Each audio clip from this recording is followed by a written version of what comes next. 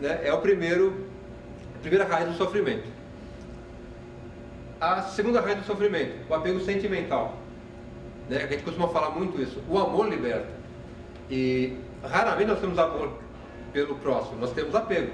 Nós temos apego pela esposa, pelos filhos, pelo cachorrinho, pelo gatinho e assim por diante. E aí quando essa pessoa desencarna, a gente sofre um bocado. Se nós realmente amássemos, a gente iria agradecer a Deus por fulano ter voltado para o mundo real, para o mundo espiritual. E não ficar desesperado chorando. Né? Mas a gente se desespera por quê? Devido ao apego. Exagerado pelo medo. Né? Pelo medo, pelo desconhecido, a coisa toda.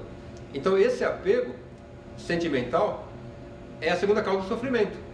Porque essas pessoas por quem nós nutrimos um certo sentimento também vão desaparecer, pelo menos da forma material, né? Não espiritual. Espiritualmente eu continuo vivendo, mas a forma material que nós conhecemos vai desaparecer. Então é um pai que vai desencarnar, um avô, um filho, o cachorro e assim por diante.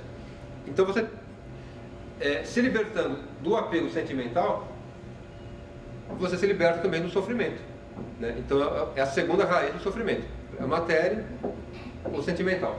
E o terceiro tem muito a ver com não saber do nosso ser, que é o apego cultural, né? Então imagina, por que tem tanta briga lá entre o judeu e o árabe? É o apego cultural, né? Um acha que a verdade, que a religião dele é certa, o outro acha que a outra que é certa, e vão brigar. Um protestante na Irlanda com um católico, e assim por diante, pelo apego cultural, porque a pessoa acha que a cultura dela é a certa, a verdadeira, é a que vale. Ela não consegue relativizar, né? Esse apego cultural é causa do sofrimento.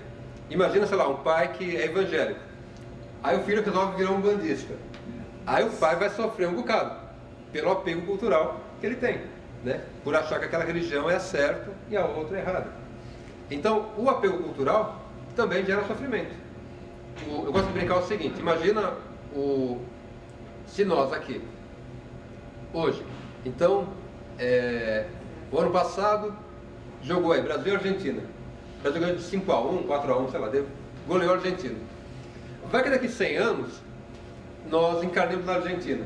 A gente não vai se lembrar que o Brasil ganhou de 5-1. A gente vai ver lá no jornal e vai ficar desesperado. Caramba, olha só, a Argentina perdeu de 5-1 do Brasil, tal, e vai sofrer. Por quê? O apego a uma cultura, né? Achar que o Brasil tem que ganhar da Argentina e vice-versa. Então você se apegou a uma cultura. Eu sou brasileiro. Você vai sofrer quando entrar em contato com outra cultura. Se você pensa, eu sou um espírito eterno, eu sou um espírito. Hoje eu sou brasileiro, como ontem eu já fui africano, europeu, amanhã eu vou ser japonês. Mas tudo você está querendo colocar para nós, vai falar. tem que ser universal. Universal. Da mesma forma, né, a gente vê na literatura espírita que o espírito pode encarnar uma encarnação como homem, outra como mulher. Então até esse tipo de consciência te liberta do sofrimento, né? Porque é um apego você achar que você é de tal cultura, que aquela cultura é certa, a outra é errada. Não, são todas relativas, né? Então o apego material, o apego sentimental e o apego cultural, segundo o Buda, são as raízes do sofrimento. Tanto que assim,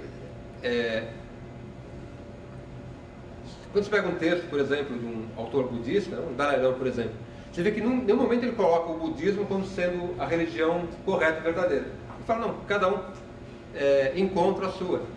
Por quê? A própria concepção de vencer o apego cultural te leva a pensar assim, né? Bem, para mim, essa religião funciona.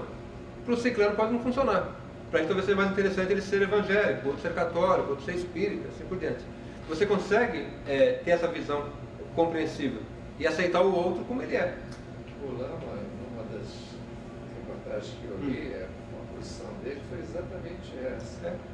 Né? Ele não estava defendendo a religião dele, ele aceitava todos os isso. Não, e teve uma coisa muito legal, acho que foi em 2005, né, que teve no Brasil, não lembro agora, um jornalista, não sei se da Folha de São Paulo, da Veja, quis pegar ele, né, fazer uma pegadinha. Aí falou assim, né, Dalai Lama, os chineses invadiram lá o Tibete, destruíram tudo e tal. Qual o sentimento em relação aos chineses? Assim, esperando que ele desse uma carcada nos chineses, né? Aí ele falou assim, que o o amor que ele sentia pelos tibetanos, ele sentia também pelos chineses que invadiram e destruíram o país dele, né? Então, assim, ele em nenhum momento ele manifestou qualquer sentimento de ódio, de raiva em relação aos chineses, né? Ele entendeu que foi um ato talvez não agradável para quem sofreu, mas que o chinês merecia ser perdoado, né? Então ele É na luta, né? Exato, o não lutar, né? Então ele conseguiu, você percebe na pergunta, né, que o jornalista queria fazer uma pegadinha, né? Queria pegar o Dalai Lama, e ele se saiu super bem. Mostrou que não, por mais que os chineses tenham destruído lá o país dele, ele permanecia amando a humanidade, inclusive o chinês, né? Manifestando amor pelo povo chinês. Justamente isso, quer dizer, o apego à cultura, né? Ele mostrou uma certa independência, uma liberdade em relação à cultura. Exatamente. Então essa seriam as 3 regras do sofrimento. Então, se você consegue se libertar do apego ou da aversão material, porque isso é importante, aquela pessoa que tem aversão à matéria também vai sofrer, né? Vamos dizer, o fulano lá, ele opta em ser miserável. Se alguém chega lá e dá algo para ele vai sofrer, porque ele tem aversão à matéria. Por isso que eu falei, o apego e a aversão são faces da mesma moeda. Então não adianta vencer o apego, tem que vencer também a aversão, né? Então o apego e a aversão à matéria, o apego e a aversão ao sentimento e o apego e a aversão à cultura. Então essas seriam as raízes do sofrimento. E aí entraria o ego. Lembra? A gente começou falando sobre o ego, com Lao Tse, e agora vamos entender melhor o ego. O que compõe esse ego? Então o Buda, ele coloca os 5 atributos do ego. O primeiro é justamente as formas materiais, né? Como eu falei para vocês no começo, na essência, essa sala não existe, é só energia. A mesma energia está nessa cadeira, está nessa parede, está no nosso corpo físico, está nessa câmera, está na luz, está no projetor. É como se fosse um campo de energia. Só que o nosso ego vai criar a forma material. Então essa forma material é o primeiro atributo do ego.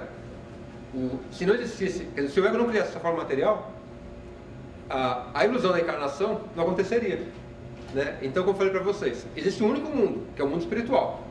O que diferencia nós dos desencarnados é que nós nos relacionamos com esse mundo material e eles não.